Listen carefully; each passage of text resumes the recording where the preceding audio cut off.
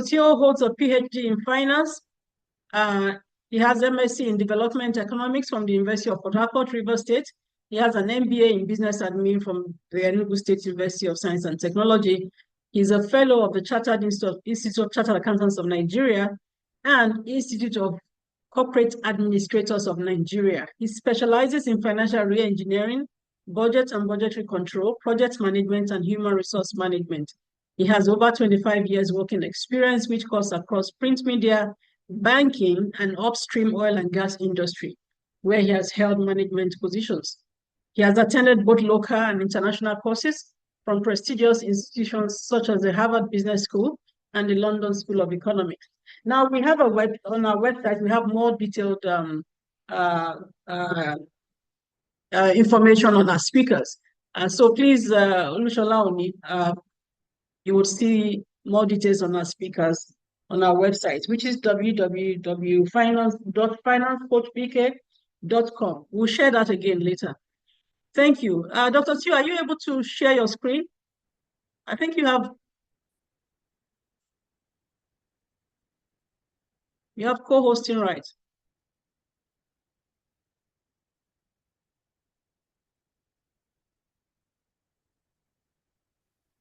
Excellent.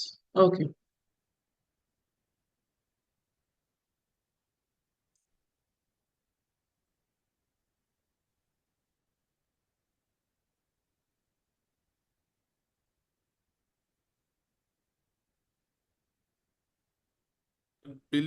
Thank you so much. I believe that we've all seen my face, so I want to block the camera for now. Maybe when we finish, we can then come back again to see how we can go ahead. All right. Dr. Theo, can you give us full screen? Okay. Yeah. Okay. Yes, I've done that now. All right. Thank you.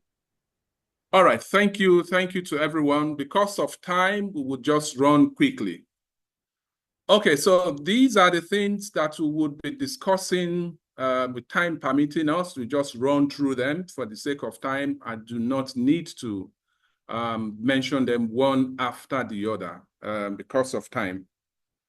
All right. The first is a teaser, and I need all of us to just, if you read the question or the statement, you can't make money working for someone else.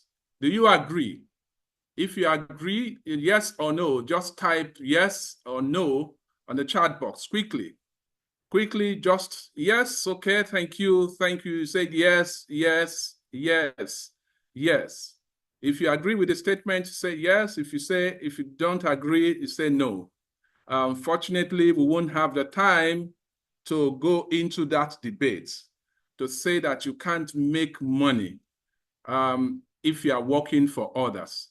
Thank you. Because of our time, please consider your answers, yes or no. If you say yes, why do you think you can't make money? If you say no, consider also offer answers to yourself why you think you cannot, you would make money if you work for someone else. All right, it's just a teaser for us to open up ourselves, for us to consider. All right, the next is some statistics. Some statistics, it says that poverty in Nigeria, the poverty rates reported by the National Statistics Board, the Bureau for Statistics, says that poverty rate currently is 40.1%, but multidimensional poverty rates, it's at 63%. And if you look at the pictures, it depicts of the rate of poverty that is prevalent in our country, Nigeria. All right, it's quite worrisome. Okay, so further statistics, it talks about our population, employment to population ratio, it's about 77.1%. Out of that, 88% is self-employed, all right, which means that they are all entrepreneurs, they are employed in one way or the other. Then you have a combined rate of unemployment and underemployment of 15%. Even those who are employed one way or the other, you have about 15.5% that are unemployed. Then you have the youth population, 15 to 24 years, you have 72% that are unemployed. In a population, total population of Nigeria, it projected to be 230 million persons. So if you have the productive age of between 15 to 64 years that would be actively involved, you have about 54% of that population. So if you carry out the mathematics, the population that's available between 15 to 64 years is about 124 million persons. So if you take total unemployment, that is unemployed plus underemployed, you have about 19.2 Hello, Dr. million. Theo. Yes, please. Process check, please. I think something is blocking half of your screen. Oh, okay. I think it's can you see it now? Maybe it's the It's can you see it? yeah, you just try to move it and then to the right. My right, Okay. actually. Yeah, should be your right as well. So the top is fine, Okay. but the right-hand corner is still blocking it. Okay, is it okay now? Let's see. Can you see No, clearly now? no, there's still. So at the end of the words, at the end of the sentence, Can you see now? no. Oh, like what's happening? And I can see it clearly here.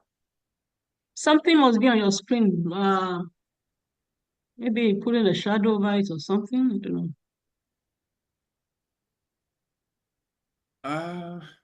Sorry. I'm not sure The I was place there you have, before. Yeah. Go on, I was please. gonna say the place you have Uganda, Kenya, Ghana, Togo. There's a whole black thing. Yeah, right there where Patch. you are. There's a whole Yeah. black screen. Yes, covering the whole area. Okay. Let me You want to just take it out of the full mode and then try again? All right, let me take it off of the full mode. I have It's still showing there. it's still showing. Okay, someone says maybe you should reshare your screen. You can go off and then try to reshare the screen again. Okay, I stop sharing. All right, I come back again and share again. Is it any better? No. Oh. Or do you want to email it quickly to me? Okay, let Or me that will take time. no. Let me send it by emails to you or WhatsApp. Which one will Email be is faster? faster. Email. Email is faster. Yeah. Okay, let me email it to you quickly.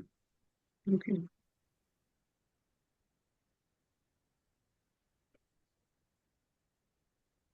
Sorry, can you send your email address to me quickly on WhatsApp and then I send it to you?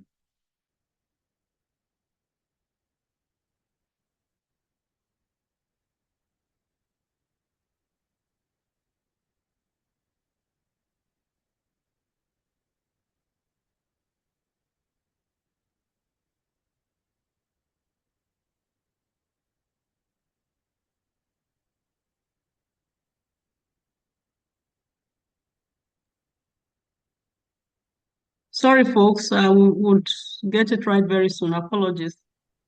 So you can do WhatsApp also, Dr. Theo, anyone that works. Okay. All right. I will send it right away.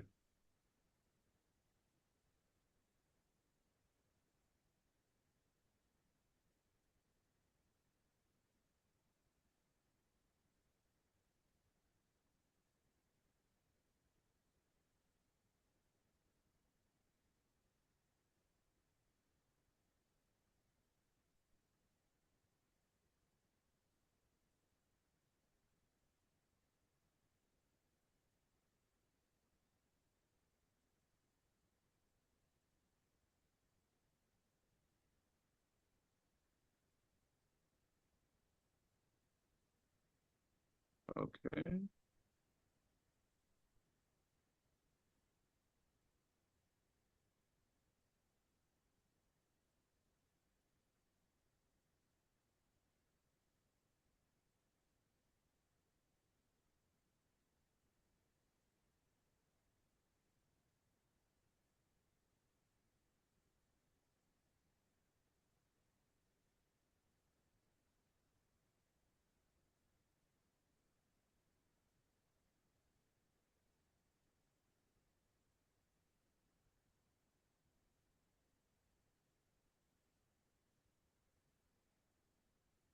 All right, I'll send it by email to you. Let me see if I can send it quickly by WhatsApp as well.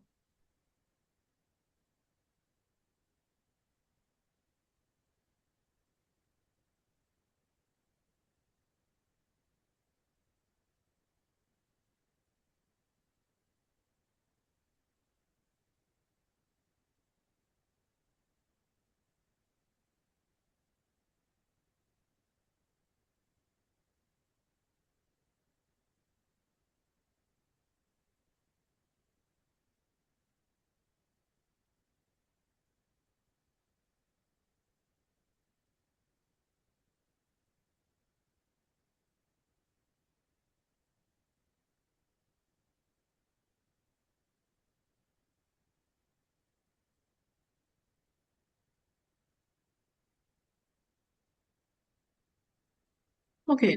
Do you have it now with you? No, not yet. Okay, the one on WhatsApp just came in. Okay, I've sent it by WhatsApp as well. And the one on WhatsApp came in. I was just going to say maybe you should continue because of the time. Okay. So let's see if you could see yours and then maybe project yours.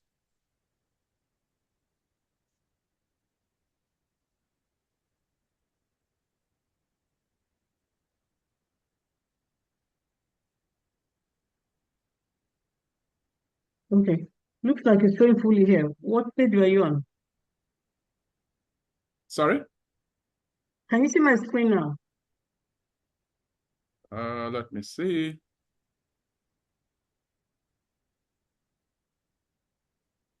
Yes, we can see your screen.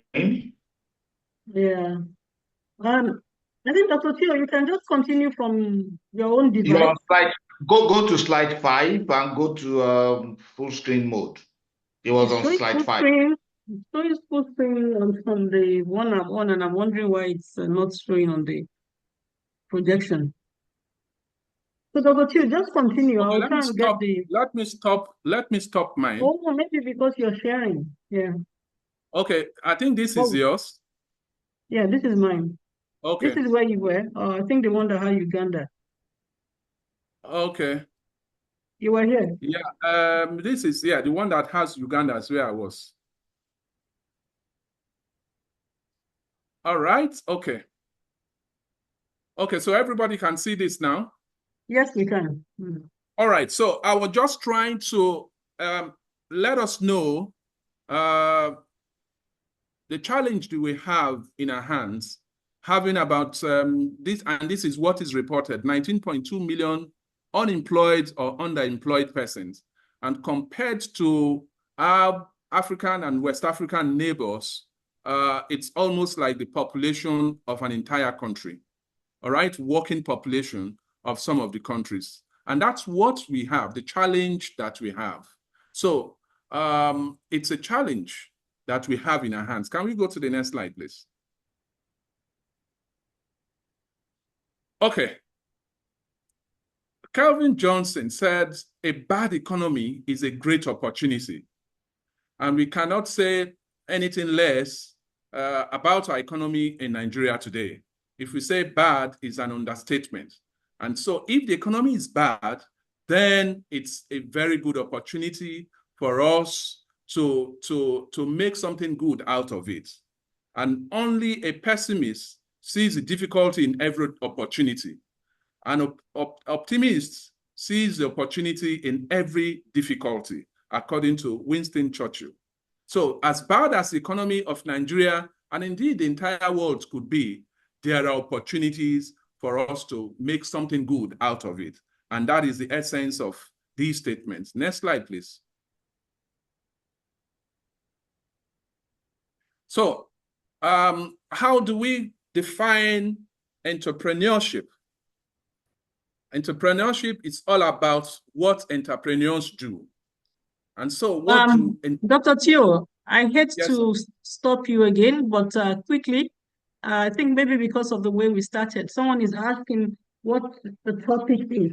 So Dr. Theo is speaking of how entrepreneurship can be a pathway to building wealth and taking you towards financial freedom. I've also put the topic in the chat box.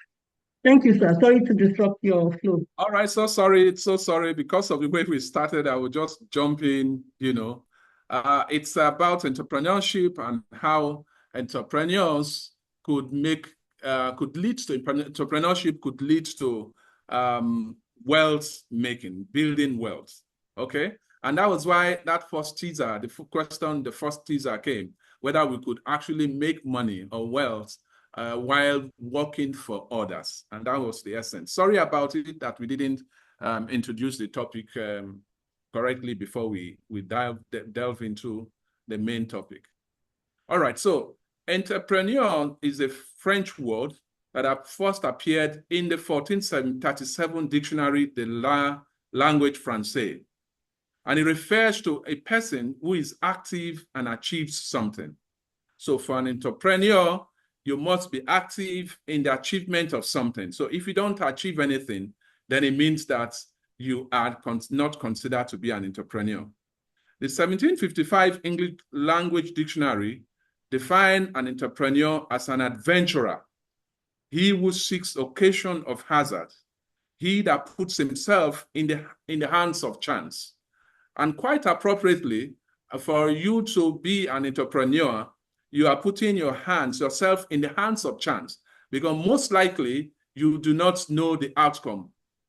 It's a guesswork, it's a probability that it will succeed or not. Next slide, please. All right, so what is the process of entrepreneurship? Okay, because of time, an entrepreneur perceives opportunities and pursues them. It could be in a new organization, okay, or in opportunities that are emerging, all right? And so for you to be an entrepreneur, you must exploit those opportunities irrespective of the resources that are currently under your control, irrespective of the resources that are under your control. So that is the process of entrepreneurship. They exploit opportunities and disregard, whether they have the necessary required resources will not deter them. Next slide, please.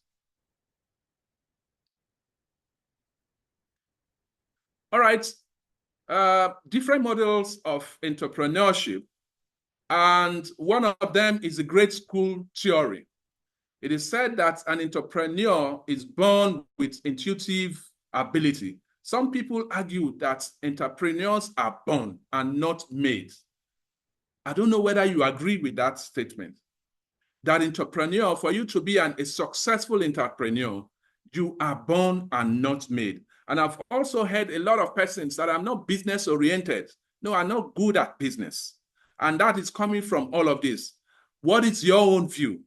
And I think that for us here, we must have a different mindset. Entrepreneurs can be born and can also be trained. And that's why we need to acknowledge and appreciate what the finance group led by Mrs. K is doing. We need to appreciate that. That's so that we can be trained appropriately to become successful entrepreneurs. Because of time, we will not go through the rest of the models. Please go ahead. Next slide. All right, the role of an entrepreneur, again, is a person who assumes risk associated with uncertainty. And the accountants on the call will tell us that risk can be calculated, but you cannot predict or calculate uncertainty. A person who supplies financial capital, we will talk about that later on. A decision maker, because you need to make decisions as to where you want to be, the decisions that an entrepreneur is also an employer of the factors of production. You need to bring in all the other productive productive factors to come to bear, to work for you. Lastly, an entrepreneur is a discoverer or seeker of opportunities. You need to seek opportunities. You need to sniff out the opportunities that are around you. Next slide, please. All right. And this is very, very critical. What is your purpose? Oftentimes, where I go to talk about business, customer relations, and things that are related to this, I ask the question, why are you in business? Please, I want us to take a pause that for us that are in business, why are you in business? For those of us who want to go into entrepreneurship or business and carry out one business venture or the other, this is a pertinent question. Why do you want to be in business? Oftentimes, the response will be, I want to make profit. I want to make money. I want to be rich. All right? But Merck, the pharmaceutical company, said something which is very relevant. So we try never to forget that medicine is for the people. It is not for profits. And so you must have that mentality that for you to be a successful entrepreneur, you must come with a niche product or a service that will meet the needs of the people. Profit will come thereafter. If you do not answer this question successfully and provide services or goods, products that will meet the needs of the people, profit would not come. So this is the basic question that you must ask yourself for you to venture into any business. What is your purpose? What is your motive? All right? Please, let's go to the next slide. Okay. Haven't answered that question, then you now think about the market. How do you make the market? Are you a revolutionary entrepreneur, or you would be an ordinary entrepreneur? In the book, it was said that there are blue ocean. In the book, the blue ocean, there is a blue ocean, then there's a red ocean. The revolutionaries are said to be in the blue ocean, where they look at opportunities. They look at opportunities in an existing industry and then come up with revolutionary ideas. For instance, in the milk industry, some years ago, when we were growing up, some of us couldn't afford the tin milk produced by pig. You needed to buy a tin milk and then find a way to be able to preserve that milk. Sometime this other group, what did they call? This other group came with the sachet milk and took over the market. It was saying initially people were looking at it that, oh, it was inferior. But it was affordable. So people took advantage of it. And then in the morning, you just buy that milk. What's it called now? And then you can have a cup of hot tea in the morning. All right. So you have to either be a revolutionary a player, or you can be an ordinary player. Some years ago, when I was doing my PhD, one day I approached the head of department and I said, "Sir, Prof, some of us are coming far and near, and the cost of transportation was quite high. Can we build a software, look at the possibility of we having an online platform so that you can also be at the comfort of your office or home and teach the PhD class?" He shouted at me and said, "No, what do you mean? You are not registered for an online program. If you cannot afford it, so please stay away.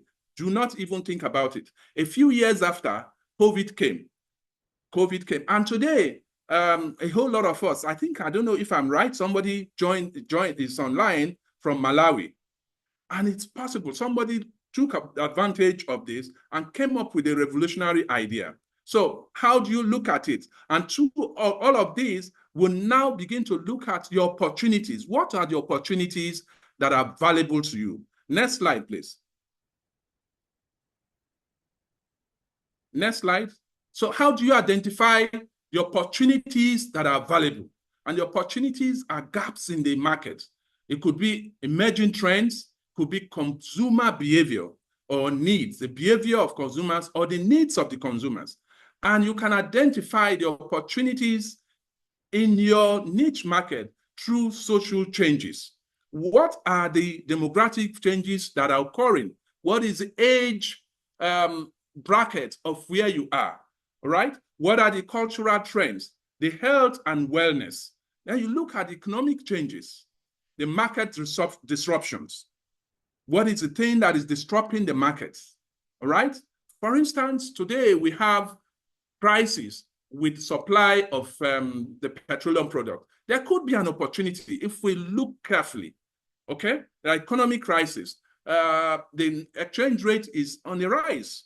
So it could be an opportunity for an entrepreneur to come up with something on how to solve these problems. Government policies can also create an opportunity for us. Technological changes would also be an opportunity for us. For instance, again, in some years, I thought about coming up with online classes. Before the advent of COVID, I came up with online classes, and I spoke to some persons and was shut down. It was shut down because it was felt that it was not possible. But today we know that it is possible. I wish I took advantage of the opportunity that I saw at that point in time, and maybe I would have made a lot of money by now. Next slide, please. Next slide.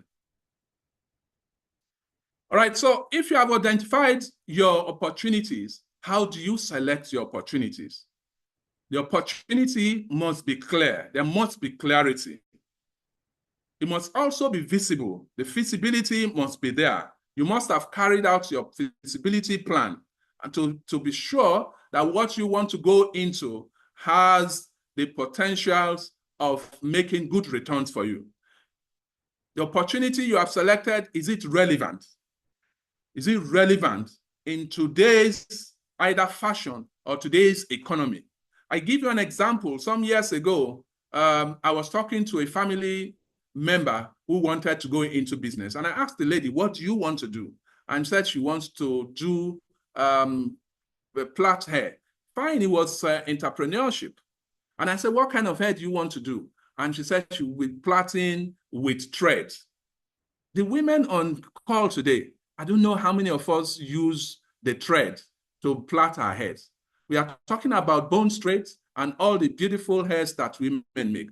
So in my mind, I knew that this was a business that would fail. This business will fail. All right. In order not to discourage her, I still did what I needed to do and came back later on to find a reality. All right. The business must also be profitable. Whatever you want to do must also be profitable. It must also be scalable. Scalability means that over time, there would be progress. There will be growth in the business. If it's not growing, then it is not viable. Next slide, please. All right. What are the considerations that you must make in picking the choices that you have made? You must have internal demand analysis. You must analyze the demand system. Just like the case that I made, if you want to go into the beauty industry, then you must know that what are the things that are required, both by men or women. If you have done that, okay, you want to go into the women beauty industry, then you must begin to analyze your demand analysis. What are the things that the women require now? Is it thread or it is bone straight? What is the market size? The market size is important. And of course, you can't operate everywhere. So where you want to operate, assuming you are operating on Lagos Island or Ikoyi or wherever you are, all right? What is the size of the market? So what portion of that market size do you want to carve for yourself, all right? Is it a saturated market already? Can your product break into that market? What's the new offering that you have? Okay, management skills. What are the management skills that you require? Do you have the required management skills? We'll come back to that later on. Access to customers. Do you have the access to the customers? And lastly, the relevant question will be the financing needs. The financing needs. How do you finance these, your idea that you have? Next slide, please. Next slide. Okay.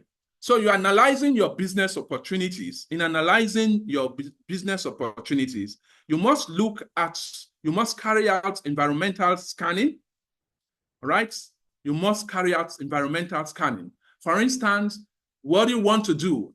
Is it available within your vicinity? All right. What the business you want to carry out, is it available within the vicinity?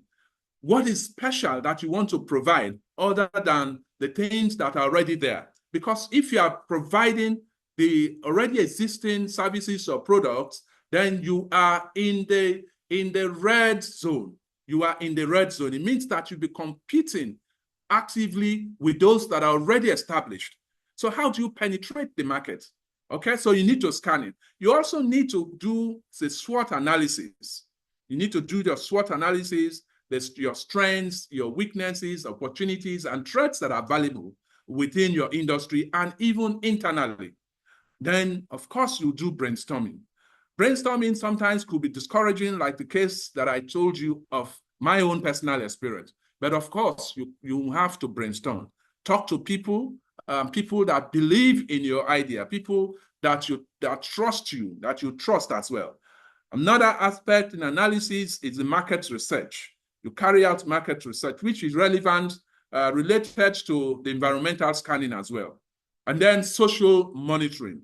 Today, we are privileged to be online, different platforms, different media that are available to us. So we can use that to see what is trending online as a basis to carry out an informed decision.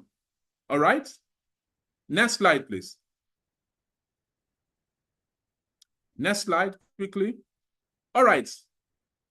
What I call the first thing first. Of course, you must have a business plan. You must have a business plan. The first things that you need to do, you must have a business plan. You must also have a financial plan. And then you must consider the regulatory requirements. Let's go in a little bit into them. Next slide. The financial plan. Of course, the financial plan, you would have the funding requirements. How do you generate funds? Sometimes a lot of persons have told me funding is the first consideration that they have. And I said, no, for every business idea, the first thing is a business idea. If you have a good business, bankable business idea, funding is not the first issue, right? So you must look at your funding. After doing all your business plans, you then look at your funding. And of course, there are two sources of funding, the internal sources. The internal sources are from you. You do not expect that I will bring my money to give to you if you have nothing to offer. You must also have something. So that internal funding would come from either your own personal savings, your relations, friends, or people around you that believe in you would give you funding, So if you come to me that you have an idea, like like 3 months ago, somebody came with an idea and he called us. And the first question, after listening to him, the business proposal and rest of them, the first thing that we asked was, how much of these do you have yourself? How much of it? If you believe in it, you must also commit your own funds. All right? So the next stage is the external funding. All right? And of course, we have, under the external funding, external sources, we have the financial institutions. Financial institutions, I've been very careful in itemizing the banks that are available. That is the Bank of Industry, the Development Bank of Nigeria, and CBN. I've cleverly left out the commercial banks because the interest rate there is so much that you may not be able to afford it.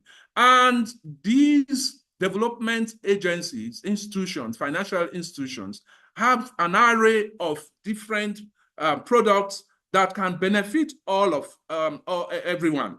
Okay, and if you look to your right, you have the CBN micro and the small scale industries funds, the agro business and SME investment schemes, the target credit scheme, creative industry financing initiative, and Nigerian Youth Investment Fund, and so many others that are available. You need to know their requirements and you need to package yourself properly. Okay? The Tony Elumelu Foundation also provides funding to some individuals, to some youths. Then there you have a private partnership, you have joint ventures. People are coming up with different joint venture arrangements, okay? And then the crowdfunding options. These are different sources of funding that are available. Then you talk about the financial management. Maintain good financial records. You have to separate your personal finances from the company's finances. That distinction is key for you to be able to succeed. In our own, most people, you find that there is no separation between their personal finances and the company. So for us to be able to succeed, you must maybe put yourself on salary.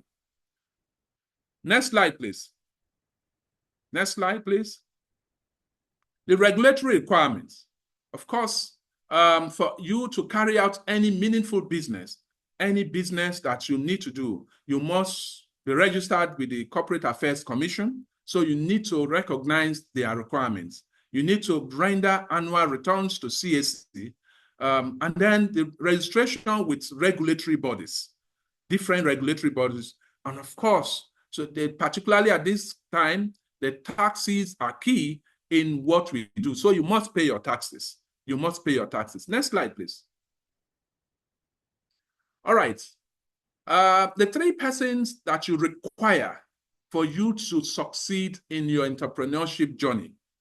One is a qualified accountant. Is a qualified accountant. And the reason for that is in the previous slide, the immediate slide that we have considered, that you require an accountant to keep your books properly. And I have underlined the word qualified. Qualified. You need to have one so that you can have proper bookkeeping.